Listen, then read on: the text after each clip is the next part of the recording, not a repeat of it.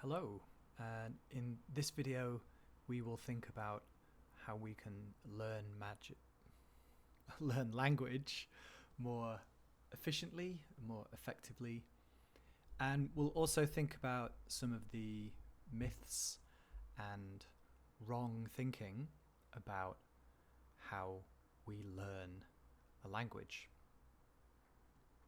So really we are thinking about how we develop your bilingual skills. Which brings us to the first question, which is, are you bilingual? So this may be a difficult question. You may want to give an answer that is not yes or no, but think about it yourself. Are you bilingual, yes or no? Well, I think one problem that we have with the idea of being bilingual is in a lot of kind of popular thinking that bilingual is being perfect in two languages, making no mistakes.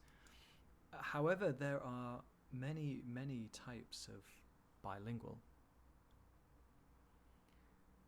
So the idea of being what's called a balanced bilingual, so that is where you are equally good in two languages, that is very rare in the world. What we usually have is dominant bilingual, ascendant bilingual, simultaneous bilingual. We can have monocultural bilingual. These are all different types. So that's the first thing to think. There are many types of bilingual. Bilingual is not one thing.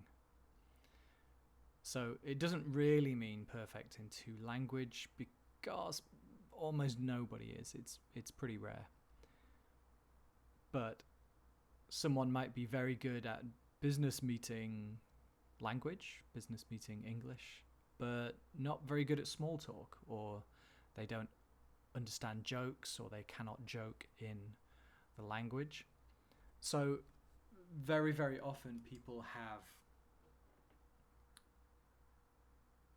certain skills in the language, but it's very rare that they are equal in both, because quite often people use the language for a specific purpose. So business, for example. So it's very rare to be absolutely balanced in both languages. So most of us are ascendant bilinguals. So that is, we are fluent in L1. So L1 is language 1, so your first language. But less fluent in L2, so the second language. However, it is developing. So most people are that kind of bilingual. So chances are you are a developing bilingual, that you are fluent in one language and the second language is developing. So that's why it's called ascendant bilingual. Like ascend means to go up, so you are improving in one skill. So how do we develop our bilingual skills?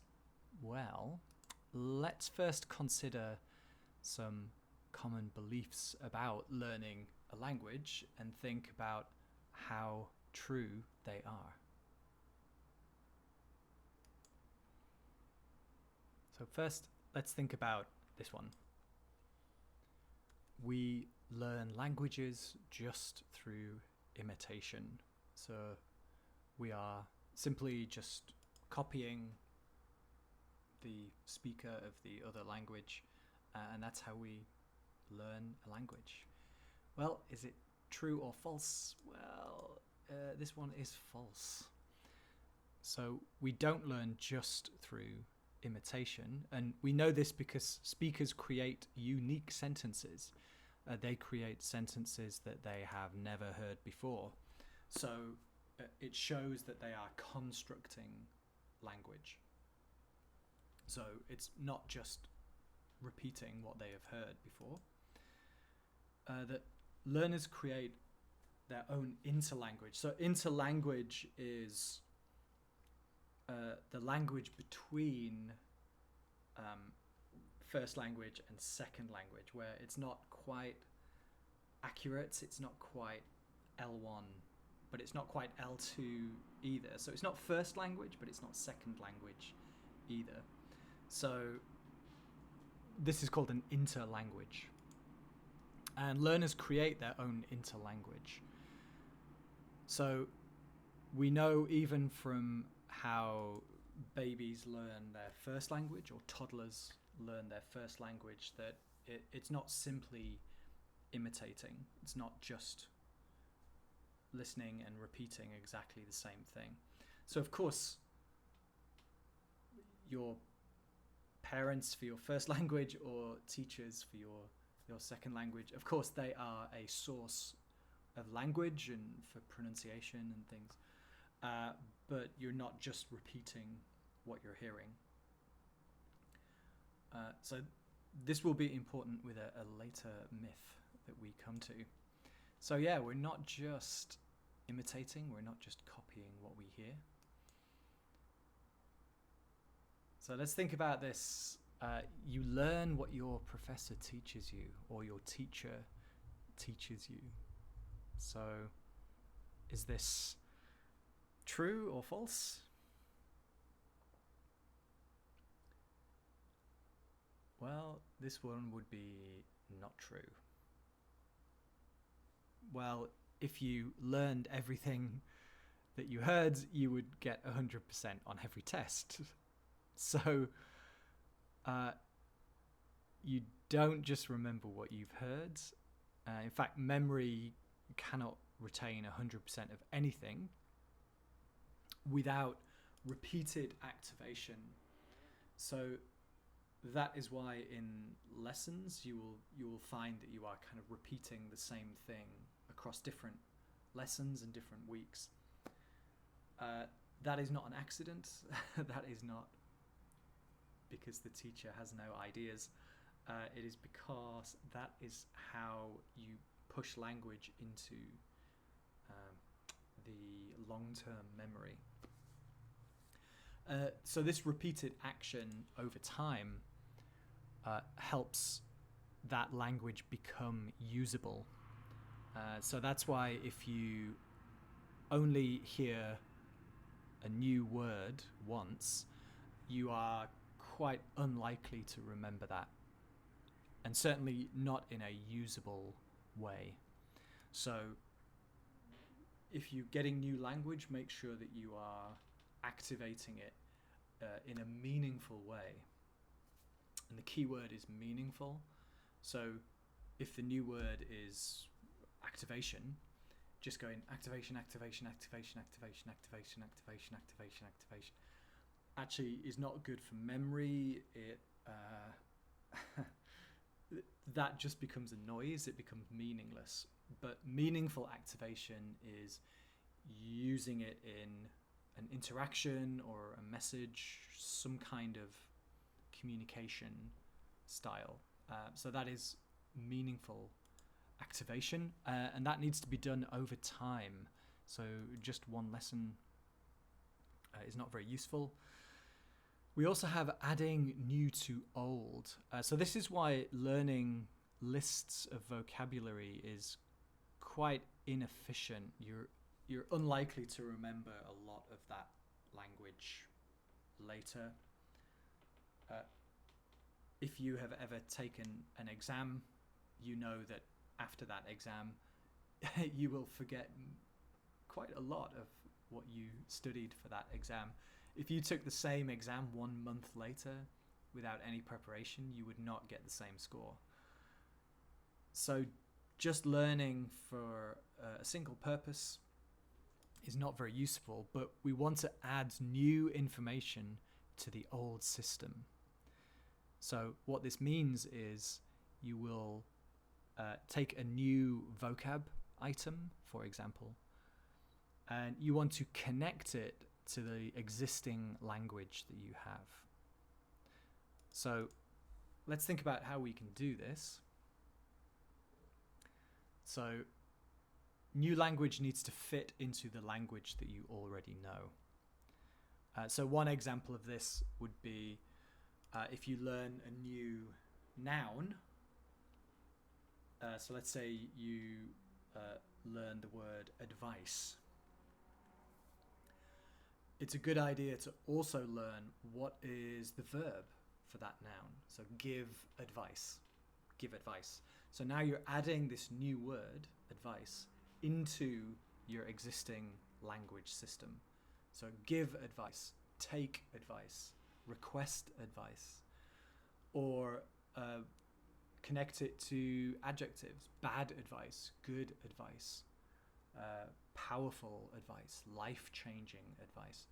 So the key thing is to take those new vocabulary items and add them into existing language systems. So connect them to language that you already know.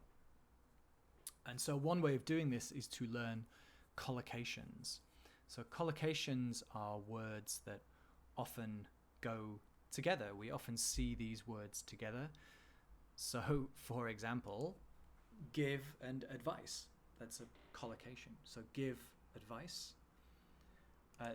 This is a collocation.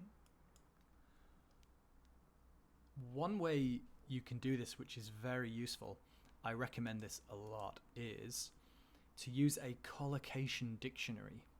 So this is a dictionary that you search your word and it tells you the meaning, but it also tells you the words that often connect to this.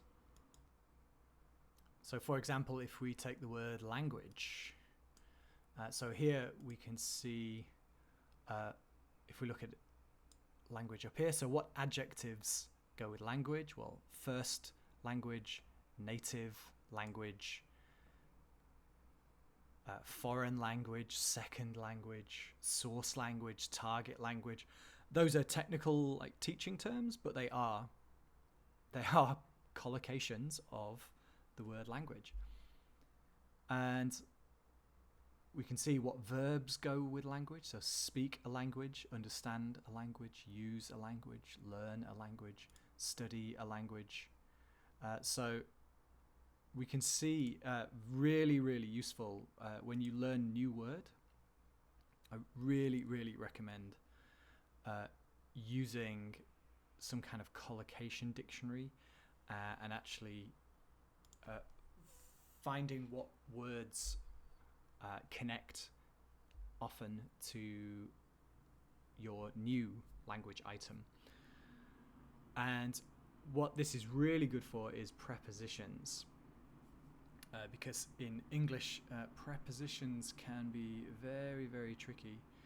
So in this case, in a language. So he wrote in English, he wrote in Korean, he wrote in Spanish, he wrote in German. So yeah, an excellent resource. I strongly recommend using a collocation dictionary whenever you learn a new word or when you are writing like an assignment or your job application, your cover letter. It's a really good way to check that you are using the correct combinations of words. Another good way to add new to old is to learn chunks. So learn word combinations of words. So for example, piece of cake. So instead of being 3 words, that becomes 1 word. Or I'll see what I can. So instead of 5 words, that becomes 1 chunk. And so how this is useful is you just need to change the end verb. So I'll see what I can do. I'll see what I can find. I'll see what I can afford. So it's a really, really, well, number one, it improves fluency a lot because you are not speaking in single words, you're speaking in thought groups of language. So groups of words that are all connected into one phrase. And the other thing is, this is how you learned your first language. So as a baby, after you go through the 2-word stage and the 3-word stage, you actually start learning chunks of language. And then later, it's called unpacking. Your brain actually unpacks the chunk and it becomes individual words in your brain. So you can learn English like this. Your brain knows how to learn chunks and understand chunks. So it's a really, really easy way to improve your fluency and improve your kind of understanding of language. We're adding new to old. Okay, so let's move on. Let's look at 2 other questions then. So if teachers don't correct you, then the errors will become permanent. And in pair work, students copy each other's mistakes.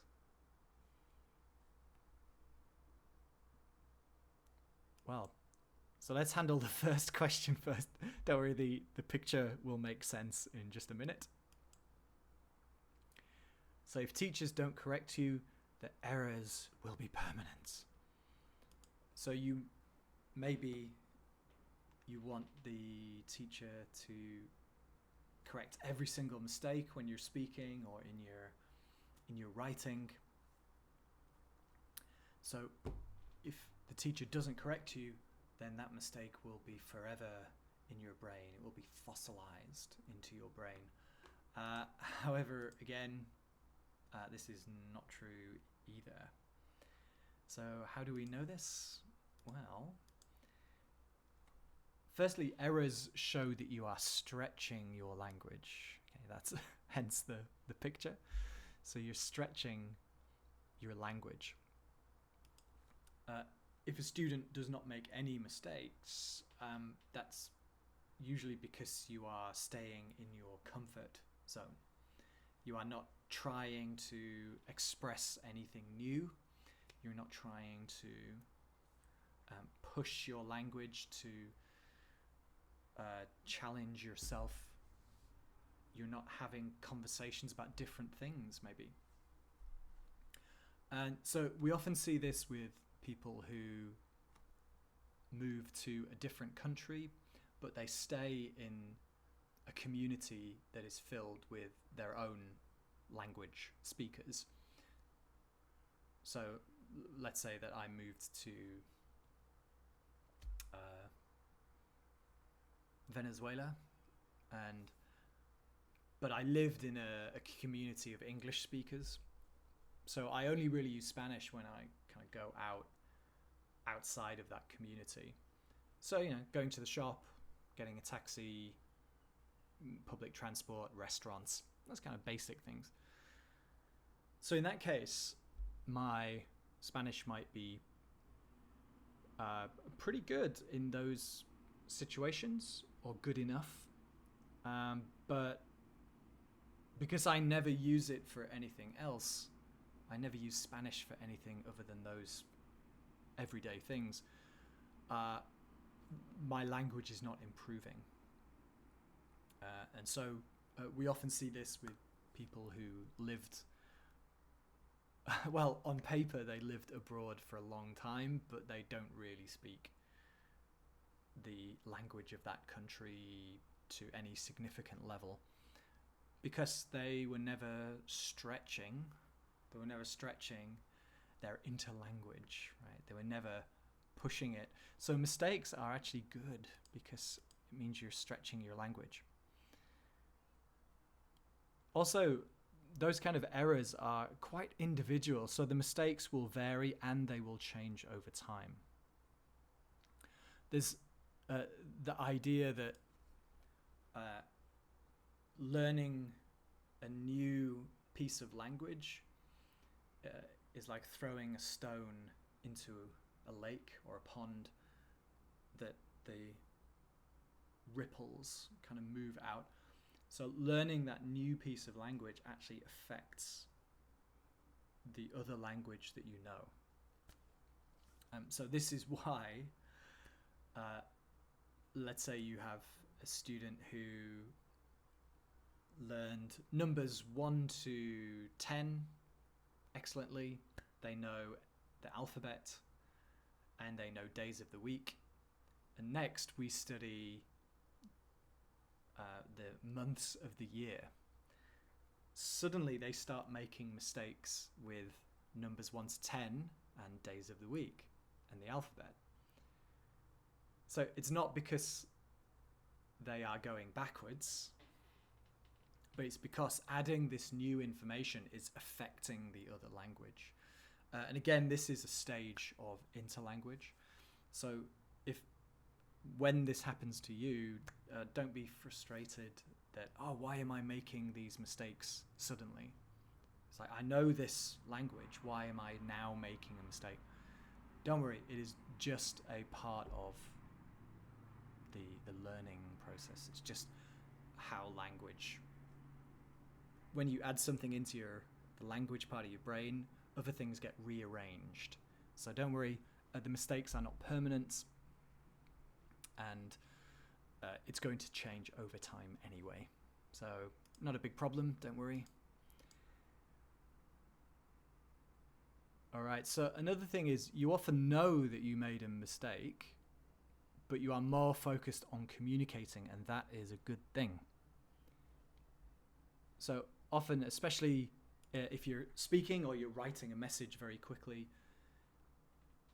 like as you press send or as it leaves your mouth, you kind of know that you've made a mistake, but that is not the priority at that time. The priority is communicating that message. Okay, so even like you hit send and you kind of know that it's not right, but at that time it's not that important. So therefore, how does this affect you? Well, firstly is mistakes are a good thing. Mistakes are great. So it shows that you are communicating, right? You are putting together language. You say something wrong, the other person doesn't understand you, you adjust your language and you try again. But the important thing is that now you know that it is wrong.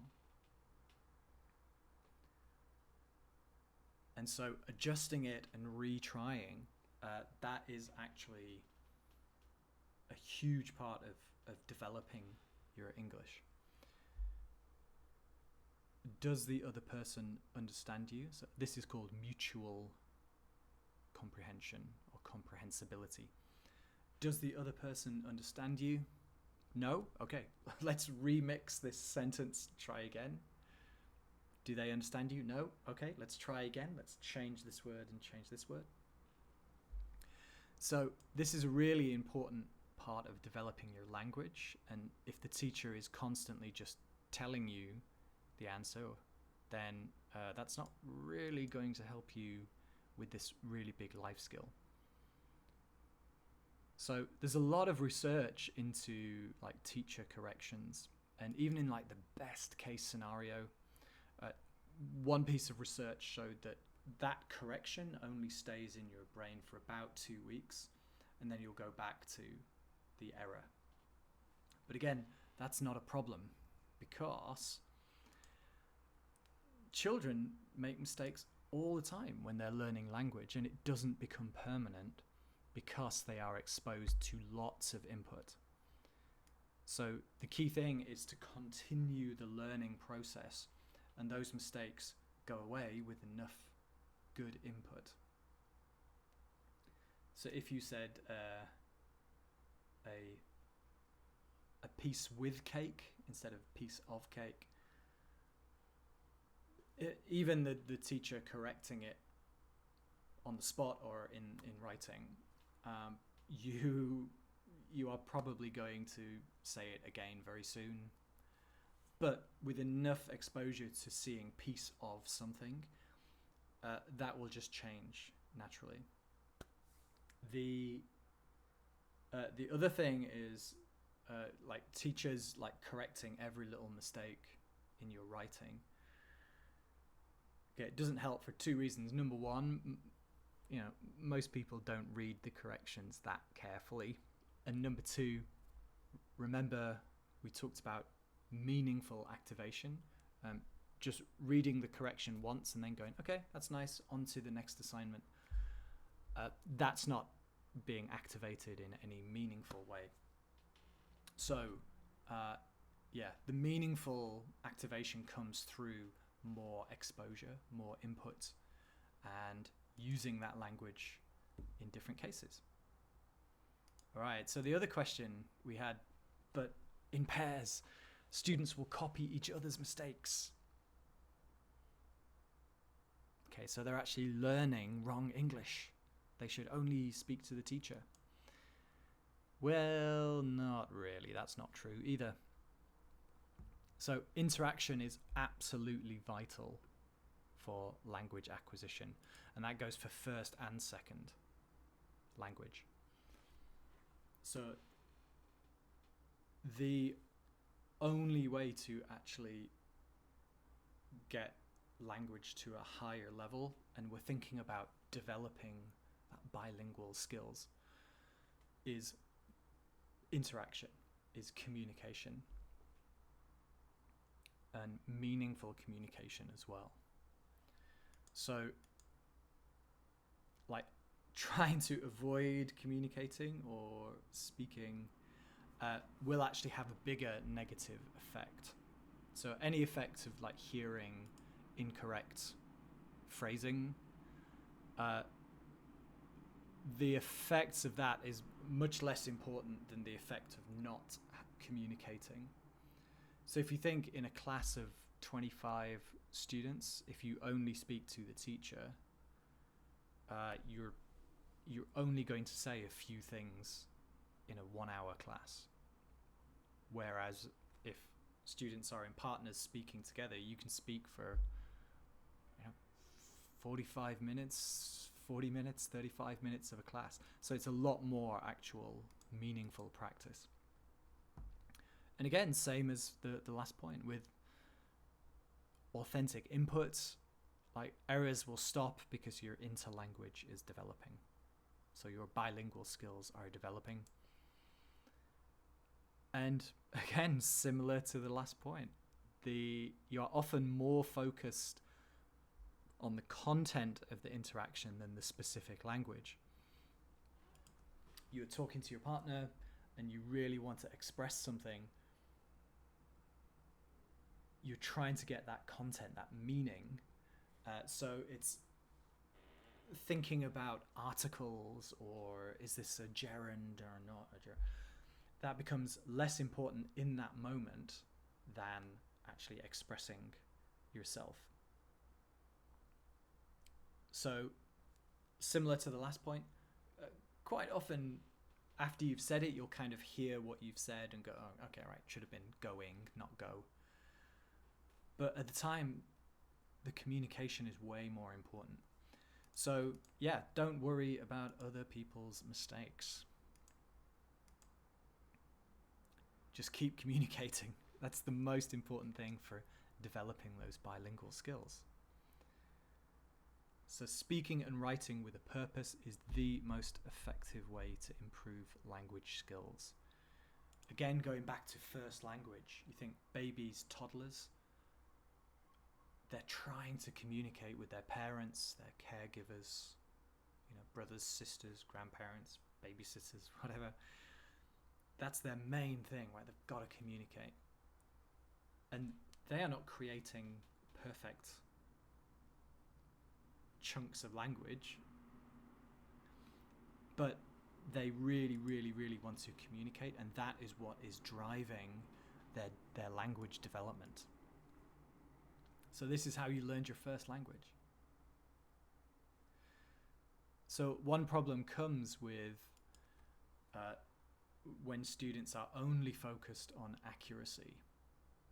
It's like, okay, I must construct this sentence in the most perfect way. That really kills communication.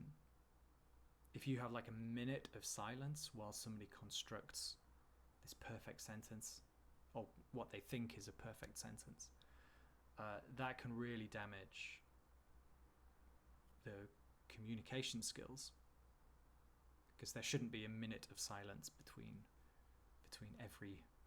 every utterance in a conversation. All right, so let's move on. Let's have 2 more questions. So you can focus on more than one grammar form in a lesson, and you can learn complex grammar before learning simple ones.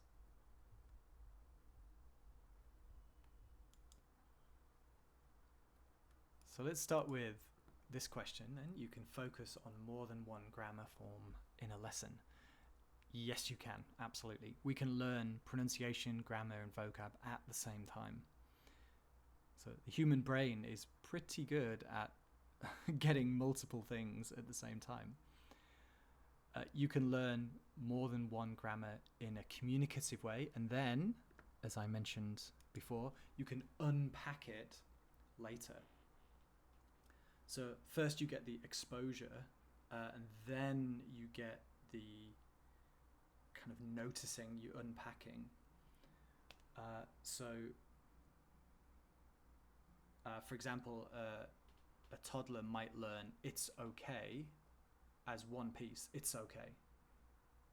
You know, they fall over, the parents like, "Oh, it's okay." They will learn that as one piece. It's okay. So they might say, it's okay, for I'm okay. And then as they're developing, they will unpack, oh, it's okay, it is okay. Their brain will unpack it into individual words later. So, for example, learning "have you ever" in an English lesson, you can just learn "have you ever" as one piece, right? You don't need to think about "have you ever." You don't need to think about it. That can get unpacked later. So the important thing is that you're still kind of pushing your language forward. Yeah, so really focusing just on one thing, we're actually... everything else gets very little practice. So yeah, we can definitely learn more than one thing at one time. And so this question, so we can learn, we can teach complex structures before simple ones. This is quite an interesting question because it depends what we mean by simple and what we mean by complex. So this is true. We can learn complex things before simple ones, because what your teacher thinks is easy might not be easy, because everyone's brain is different, right? We're learning different things at different times. So what one person in that class thinks is difficult, another person might find, not very taxing at all. And so the idea of what is simple grammar. Now, you can probably think, oh, well, simple present, like I go to the store, I sit in my room, I eat dinner. You think, well, that must be simple because it's the first thing that is in most textbooks. Oh, it's the first thing that you learn in like elementary school or kindergarten. But yeah, what is simple? Does it mean fewer moving parts? Does it mean it's the most common or the most noticeably different? Because students have their own kind of inbuilt syllabus, really. We all do. We can all learn things in kind of different orders, different times. So often what we think of as being more difficult, children actually learn kind of earlier. And in fact, students of all ages in English can kind of learn it a lot earlier. For example, going, eating, dancing. writing, typing. Most people would think ing is more difficult than just eat, drink, write, type, dance. However, if we actually look at some research, so this research shows the order. So Krashen's natural order, that has the order that native speaker children, for us, or babies, kind of learn certain grammar forms or certain morphemes. And then we have some examples. Here I've used Korean learners. So if you notice, actually a lot of things, if we look at the very first one, progressive. So going, eating, dancing, trying. That is actually the first thing that most people learn to use. And yet, probably most textbooks will not have that as the first thing to learn. But it's the first thing that native English-speaking kids learn, and it's the first thing that non-native learners acquire as well. So you'll see most things actually come in around the same order. The only thing that's super different is that plurals come a little bit later. And again, that's simply because it's, plurals don't exist in the same way in Korean. Okay. However, most things come in, approximately the same order. Most things are not that far away. So like auxiliaries, so I am going, he is going, we are going, things like that. Again, you would think that is quite difficult, complex. However, we can see, depending on the research, some non-native speakers actually get it earlier than native speaker kids get it. So, all this to say, don't think about whether something is complex or simple, because your brain might process it in different ways. Okay, so don't be dissuaded by something that appears to be very difficult. Again, just learn it as a chunk. As long as you get the meaning, that's okay. Learn it as a chunk, as a piece, and you can unpack it later.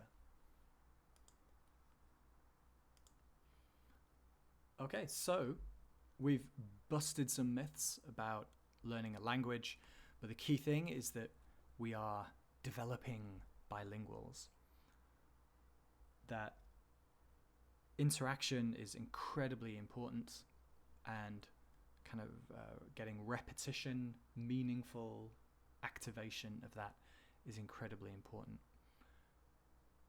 Okay, so hopefully we can use these skills in our lives. So thank you for listening.